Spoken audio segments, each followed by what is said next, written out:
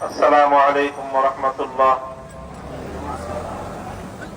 الحمد لله رب العالمين والصلاة والسلام على أشرف الأنبياء والمرسلين وعلى آله وأصحابه ومن تبعهم ودعا بدعوتهم إلى يوم الدين. أما بعد، أعوذ بالله من الشيطان الرجيم. بسم الله الرحمن الرحيم. فلا تحسبن الله غافلا عما يعمل الظالمون إنما يؤخرهم ليوم تشخص فيه الأبصار. صدق الله العظيم.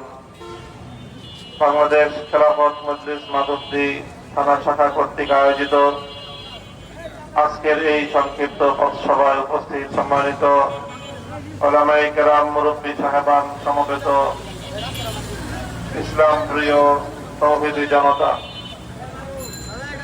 আমি সর্বপ্রথম শ্রদ্ধা করে স্মরণ করছি আজকে আমরা এই যাদের আত্মত্যাগ, যাদের শাহাদাতের মাধ্যমে একটি স্বৈরতন্ত্র মুক্ত বাংলাদেশ আমরা উপহার পেয়েছি, তার মধ্যে আপনাদের এই মাধবদী অঞ্চল, মাধবদী পাঁচদোনা ছোট্ট একটা অঞ্চল, শুধু এই অঞ্চলের ৫জন ব্যক্তি শাহাদাত বরণ করেছেন। শহীদ শাওন মিয়া, শহীদ মোহাম্মদ জাহাঙ্গীর মিয়া, শহীদ আব্দুর রহমান গাজী, শহীদ আশিকুর রহমান এবং শহীদ মোহাম্মদ নাহিদ হাসান। চিন্তা করা যায় 18 বছর, 25 বছর, 20 বছর, 25 বছর, 40 বছর এক একটা তাজা প্রাণকে কিভাবে হত্যা করা হয়েছে। গণমাধ্যম, বাংলাদেশের গণমাধ্যমকে আমি নিন্দা জানাই যে তারা শাহাদাতের কি পরিমাণ আমাদের সন্তানদেরকে, আমাদের ভাইদেরকে হত্যা করা হয়েছে, আমাদের কন্যাদেরকে, আমাদের বোনদেরকে পাখির মতো গুলি করে হত্যা করা হয়েছে, তার সঠিক পরিসংখ্যান আপনারা যাদের সামনে তুলে ধরতে পারেননি। শুধু মাধবদী ছোট্ট একটা এলাকায় যদি 5 জন শহীদ হয়ে থাকে, তাহলে এবার চিন্তা করতে পারেন বাংলাদেশে কি পরিমাণ মানুষকে তারা হত্যা করেছে। বহু মা তার সন্তানের লাশ খুঁজে পায়নি। অনেক বাবা দিনের পর দিন মর্গে মর্গে, হাসপাতালে হাসপাতালে, রাস্তায় রাস্তায় পাগলের মতো ঘুরে বেরিয়েছে, তার সন্তানের লাশ পায়নি। এই স্বৈরাচারী জালিমশাহী, তাদের অত্যাচার, তাদের জুলুম কোন পর্যায়ে পর্যন্ত উপনীত হয়েছিল যে মানুষকে খুন করে তারা ক্ষান্ত হয়নি। যে আইন শৃঙ্খলা রক্ষাকারী বাহিনী মানুষের জান মালের নিরাপত্তা দেওয়ার কথা, বিশ্ব মিডিয়া, সারা পৃথিবীর মানুষ দেখেছে গোপন ক্যামেরায় ধারণকৃত সেই দৃশ্য, যে পুলিশের গাড়ি থেকে কিভাবে একজন মুমূর্ষ, আহত, গুলিবিদ্ধ একজন ছাত্রের নিস্পন্দিত তার দেহটাকে রাস্তার মধ্যে ছুঁড়ে মারল। সেখানে সে কাতরাতে কাতরাতে সে শাহাদাত বরণ করল। এই দৃশ্য আমার গোটা জাতির জন্য কলঙ্কের। সারা পৃথিবীতে বাংলাদেশের মানুষকে, বাংলাদেশের জাতিকে একটি বর্বর, অসভ্য, নৃশংস জাতি হিসেবে দুনিয়ার মানুষের সামনে উপস্থাপন করেছে। আমরা পরিষ্কার বলতে চাই, এই নৃশংসতার দায় বাংলাদেশের মানুষ গ্রহণ করবে না। এই নৃশংসতার দায় শেখ হাসিনা, এই নৃশংসতার দায় আওয়ামী লীগের। আগামী দিনে আপনারা যারা অতীত সময়ে আওয়ামী লীগের রাজনীতি করেছে, যারা, তাদের মধ্যে যারা কেন্দ্র থেকে নিয়ে তৃণমূল পর্যায় পর্যন্ত 16 বছরে মানুষের উপর জুলুম এবং নির্যাতনের সাথে যারা সম্পৃক্ত ছিল, আমরা পাড়ায় পাড়ায়, মহল্লায় মহল্লায় সেই সকল অত্যাচারী তৃণমূল পর্যায় থেকে নিয়ে শুরু করে কেন্দ্রীয় পর্যায় পর্যন্ত কোন অত্যাচারী জালিম মানুষের রক্তের দাগ যাদের হাতে লেগে আছে, কেউ যেন আর রাজনীতিতে পুনর্বাসিত হতে না পারে, তার জন্য আপনারা পাহাড়ে করবেন। যদি এটা আমরা করতে না পারি, আবার যদি শেখ হাসিনার প্রেরকরা, আবার যদি তাদের দোসরেরা, আমার ভাইয়ের রক্তে রঞ্জিত সেই খুনিরা, আমার ভাইয়ের রক্তে লাল সেই খুনিদের হাত যদি আবার বাংলাদেশের রাজনীতিতে পড়ে, তাহলে শত সহস্র শহীদদের রক্তের সঙ্গে আমরা গাদ্দারি করে থাকব। এজন্য যারা সাধারণ পর্যায়ের কর্মী ছিলেন, অনেকে আছেন অনেক বড় একটা দল, সেখানে ভালো মানুষও যে কিছু ছিল না তা নয়। ভালো মানুষ যারা, যাদের হাতে কোন মুসলিমের রক্তের দাগ নাই, যারা কারো কাছ থেকে অবৈধভাবে চাঁদা চায় নাই, চাঁদা গ্রহণ করে নাই, যারা দখলদারি করে নাই, যারা দেশের অর্থ পাচার করে নাই, এই ধরনের ভালো কোন মানুষ যদি থেকে থাকে, আমরা তাদেরকে বলবো যে আওয়ামী লীগের নামটা পরিবর্তন করে অন্য কোন নামে আগামী দিনে রাজনীতি করবেন।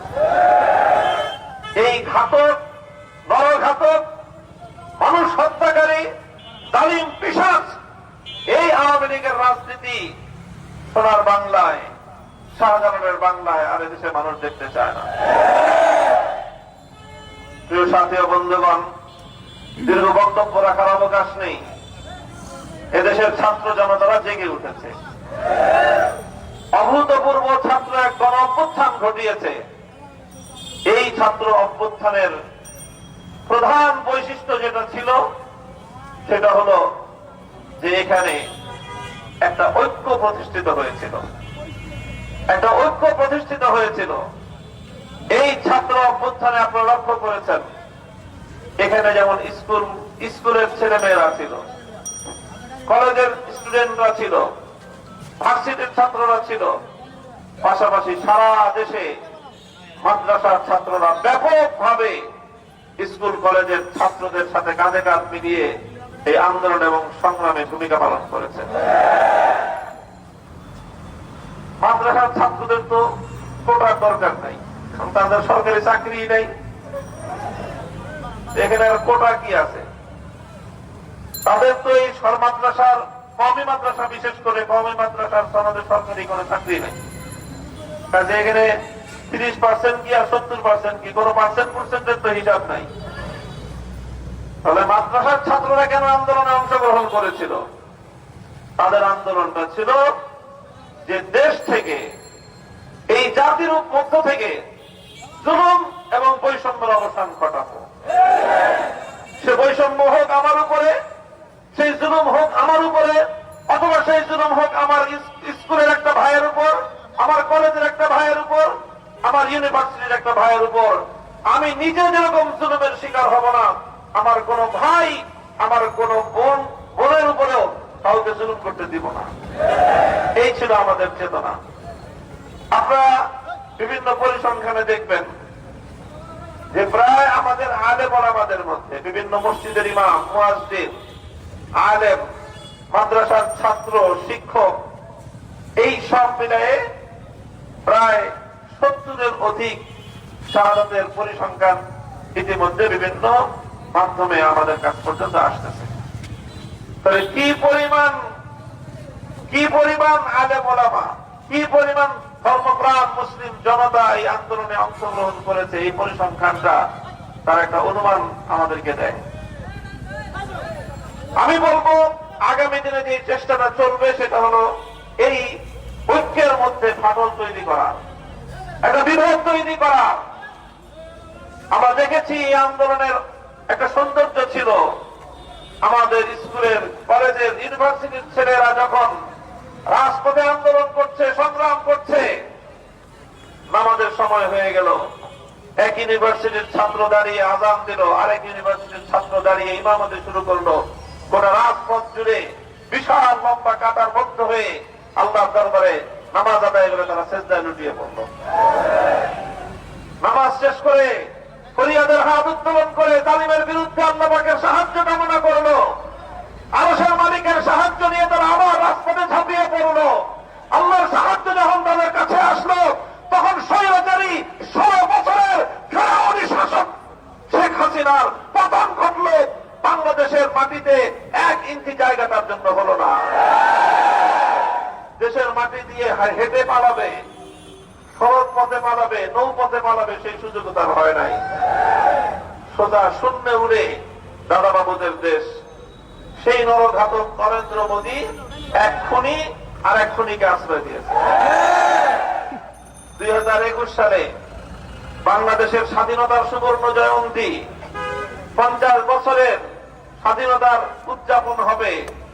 আমরা বললাম স্বাধীনতার উদযাপন করেন, ভালো কথা, আমরাও করব। দেশের মানুষ স্বাধীনতা প্রাপ্তির 50 বছর পালন করবে, কিন্তু একটি জাতির এইরকম আনন্দ ঘন একটি উপলক্ষে মুসলমানদের রক্তে রঞ্জিত বিশ্ব ইতিহাসের অন্যতম জঘন্য নরঘাতক নরেন্দ্র মোদীকে আমরা বাংলাদেশের মাটিতে দেখতে চাই না। তিনি নরেন্দ্র মোদীকে খুশি করার জন্য আমাকে গ্রেফতার করলেন, আমার উপরে জুলুম করলেন, আমার ভাইদের উপর জুলুম করলেন।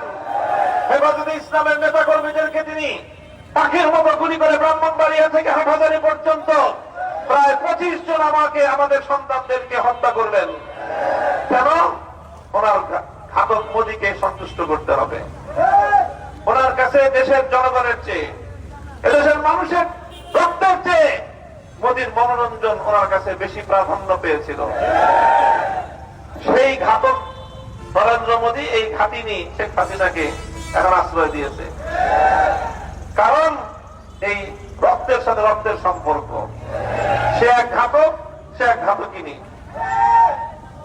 কাজেই আমরা ভারতকেও বলতে চাই, প্রতিবেশী দেশ হিসেবে বন্ধুত্বের সম্পর্ক আমরা রাখতে প্রস্তুত, কিন্তু কোন খুনিকে যদি আশ্রয় দেন তাহলে এদেশের মানুষ সেটাকে কোনোভাবেই ভালো চোখে দেখবে না। বাংলাদেশে ইতিমধ্যে আমাদের মোহাম্মদপুর থানায় তার বিরুদ্ধে হত্যা মামলা দায়ের হয়েছে, শেখ হাসিনার বিরুদ্ধে। যতগুলো আমাদের ভাই বোন সন্তানের প্রাণ কেড়ে নিয়েছে, প্রতিটির জন্য বাংলাদেশে মামলা দায়ের হবে, প্রতিটি মামলার জন্য তার বিচার হবে, এবং এই এতগুলো হত্যাকাণ্ডের জন্য তার যতবারের ফাঁসি হওয়ার দরকার তার ততবারের ফাঁসির অর্ডার হবে। আর এই হত্যাকারিনী, এই ঘাতক শেখ হাসিনাকে ফিরিয়ে এনে বাংলার মাটিতে তার ন্যায় বিচার নিশ্চিত করার দাবি আমরা জানাই। প্রিয় সাথী ও বন্ধুগণ, কথা আমি আর দীর্ঘায়িত করছি না, আপনারা দীর্ঘ সময় ধরে অপেক্ষমান ছিলেন, শুকরিয়া আদায় করি। শুধু একটি পথ সভা করে, শুধু 2 বার জিন্দাবাদ স্লোগান দিয়ে ঘরে ফিরে গেলে চলবে না। স্বাধীনতা অর্জন করাটা যত কঠিন, স্বাধীনতা রক্ষা করা তার চেয়ে বেশি কঠিন। কাজে আজ বাংলাদেশে, গোটা দেশে যে কোনো নৈরাজ্য সৃষ্টির পায়তারা ষড়যন্ত্রকে শক্ত হাতে মোকাবেলা করতে হবে। আজকে হলো 14ই আগস্ট, আগামীকালকে 15ই আগস্ট, পরশুদিন 16ই আগস্ট। এই 3 দিন বিশেষ করে আপনারা এলাকায় এলাকায় পাহারা দিবেন, আপনারা শোভাযাত্রা করবেন, সোচ্চার থাকবেন, সচেতন থাকবেন, যেন পরাজিত ফ্যাসিবাদী শক্তি আবার যেন এই জাতির বিরুদ্ধে কোন প্রতিশোধ গ্রহণ করতে না পারে। দেখেন, এদের রক্তের মধ্যেই প্রতিশোধ পরায়ণতা আছে। 75 সালে যখন 15ই আগস্টের ঘটনা সংঘটিত হয়, তারপরে এই শেখ হাসিনা গণমাধ্যমে ঘোষণা করেছিল এই জাতি তার বাবাকে হত্যা করেছে, সেই এই জাতির কাছ থেকে, বাংলাদেশের মানুষের কাছ থেকে সেটার প্রতিশোধ নেবে। এটাই ছিল তার রাজনীতির মূল উদ্দেশ্য। দেশের মানুষের কল্যাণ করা তার রাজনীতি ছিল না, তার রাজনীতি ছিল শুধুমাত্র তার পিতার হত্যাকাণ্ডের প্রতিশোধ গ্রহণ করা। সেটাই সে করেছে।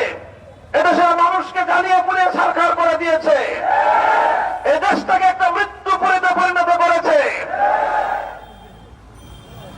কিন্তু সে চিন্তা করে নাই যে তার বাবাকে এই জাতি কেন হত্যা করেছিল, এই জাতির মানুষ কেন তার বাবাকে হত্যা করেছিল। অথচ 75 সালের মাত্রই তো 5 বছর আগে, মাত্রই তো 4 বছর আগে 71-এ বঙ্গবন্ধু শেখ মুজিবুর রহমানকে এদেশের মানুষ ফুলের শুভেচ্ছা দিয়েছিল, অভূতপূর্ব ভালোবাসা তার জন্য প্রকাশ করেছিল। কিন্তু 4 বছরের মাথায় কেন এই পরিবর্তন ঘটেছিল? কি করেছিলেন আপনাদের আওয়ামী লীগ তখন? তখন এই সারা দেশে যে অবস্থা তৈরি করেছিলেন, আজ 2024 সালে এসে এদেশের মানুষ হারে হারে টের পাচ্ছে যে মেয়ের যদি হয় এই অবস্থা, তাহলে বাবার কি অবস্থা ছিল। তার বাবার শাসনামল, তিনি ব্যক্তিগতভাবে বাংলাদেশের স্বাধীনতা যুদ্ধে নেতৃত্ব দিয়েছেন, অনেক বড় নেতা ছিলেন, দেশের মানুষ তাকে ভালোবেসেছিল, কিন্তু তিনি সেই ভালোবাসার প্রতিদান দিতে পারেন নাই। তার নেতৃত্বে বাকশাল কায়েম হয়েছিল, এদেশের মানুষের রাজনৈতিক অধিকার হরণ করা হয়েছিল, দেশের মানুষের ত্রুটি চেপে ধরা হয়েছিল, মানুষের বাকশক্তিকে রুদ্ধ করে দেওয়া হয়েছিল। সারা দেশ 75 সালে আরেকটা এরকম মৃত্যুপুরী 30,000 যুবককে শুধু হত্যা করেছিল শেখ মুজিবুর রহমান রাজনৈতিক বিরোধের কারণে। 30,000 বাংলাদেশের স্বাধীনতা যুদ্ধে বলা হয় অনেক মানুষের শাহাদাতের কথা, সঠিক পরিসংখ্যান আল্লাহই জানেন, কিন্তু স্বাধীনতা পরবর্তীতে শুধু শেখ মুজিবুর রহমানের সঙ্গে রাজনৈতিক বিরোধ থাকার কারণে 30,000 যুবককে ঘর ঘর থেকে তুলে নিয়ে হত্যা করেছিল। সেই কারণেই 75 আগস্ট 15ই আগস্ট সংগঠিত হয়েছিল। আপনার দল, আপনার বাবা এবং তার সাঙ্গপাঙ্গরা কি অন্যায় করেছিল সেটা লক্ষ্য করলেন না, শুধু আপনার বাবাকে হত্যা করা হয়েছে, সেই প্রতিশোধ পরায়ণ হয়ে তিনি রাজনীতিতে আসছেন। আর বিগত সেই 81 সাল থেকে 24 সাল, কত বছর, 45 বছরের রাজনীতি ছিল এদেশের মানুষের বিরুদ্ধে প্রতিশোধ গ্রহণের রাজনীতি, এই তিনি করে গেছেন। কাজেই আমরা দাবি জানাই সরকারের কাছে যে কোন হত্যাকাণ্ড যেন বিচার ছাড়া না থাকে, কোন একটি হত্যাকাণ্ড যেন মামলা ছাড়া না থাকে।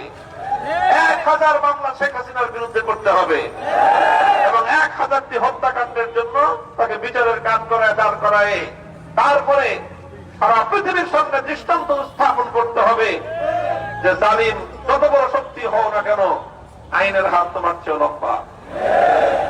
ইনশাআল্লাহ প্রিয় দেশবাসী, আমরা আগামীর বাংলাদেশকে সুন্দর, সৌহার্দ্যপূর্ণ, সম্প্রীতির বাংলাদেশ হিসেবে গড়ে তুলব। এই জন্য সকল দল মত নির্বিশেষে সকলে কাঁধে কাঁধ মিলিয়ে বর্ধিত এই স্বাধীনতাকে রক্ষা করার জন্য মাঠে ময়দানে আপনারা সোচ্চার থাকবেন তো ইনশাআল্লাহ।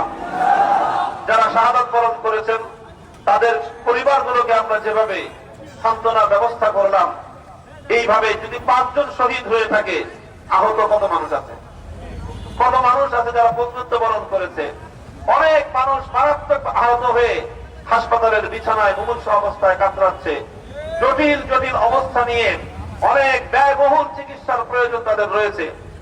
আমাদের সকলকে এর পাশে দাঁড়াতে হবে। মানবদী থানা শাখার আমি ধন্যবাদ জানাই যে আজকে সকল শহীদ পরিবারদেরকে তারা সাহায্য করেছেন, সহযোগিতা করেছেন। আমি তাদেরকে দায়িত্ব দিয়ে যাই, আপনাদেরকেও দায়িত্ব দিয়ে যাই যে এলাকায় যত আহত রয়েছেন এই বৈষম্য বিরোধী আন্দোলনে, ক্ষতিগ্রস্ত রয়েছেন, তাদের সকলের তালিকা করে তাদের মধ্যে বিশেষভাবে যারা আর্থিকভাবে অসঙ্গতি রাখে, আর্থিক সঙ্গতি নাই যাদের, যারা আর্থিকভাবে দরিদ্র, তাদেরকে আর্থিকভাবে সহযোগিতা করে চিকিৎসার